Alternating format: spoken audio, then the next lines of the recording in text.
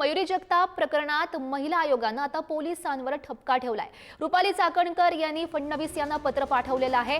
पत्रात पोलिसांवर कारवाई करण्याची मागणी सुद्धा त्यांच्याकडून केली गेली आहे। दोषारोपपत्र दाखल करण्यास विलंब का याची चौकशी व्हावी अशी मागणी रुपाली चाकणकर यांनी केल्याचं बघायला मिळत आहे। पोलिसांनी 60 दिवसात दोषारोपपत्र दाखल न केल्याचा ठपका सुद्धा ठेवण्यात आल्याचं बघायला मिळत आहे। महत्त्वाची अपडेट वैष्णवी हगवणे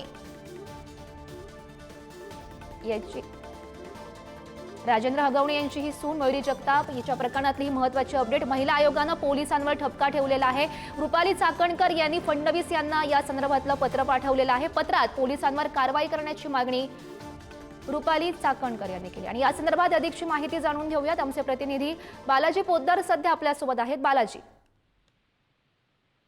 गौरी, आपल्याला आधी सांगितलं पाहिजे की वैष्णवी हगवणे याची जी जाऊ आहे मयुरी हगवणे हिने यापूर्वी पोर्ट पोलिसांमध्ये तक्रार दिलेली होती कौटुंबिक हिंसाचाराविरोधात आणि त्यावेळेस ही तक्रार दिल्यानंतर योग्य कारवाई झाली नाही असा अहवाल जो आहे तो पुणे ग्रामीणच्या एसपीने दिलेला आहे। पुणे ग्रामीणचे एसपी गिल यांना जे महिला आयोगाने निर्देश दिले होते की या तपासामध्ये काय झालं याची माहिती द्या।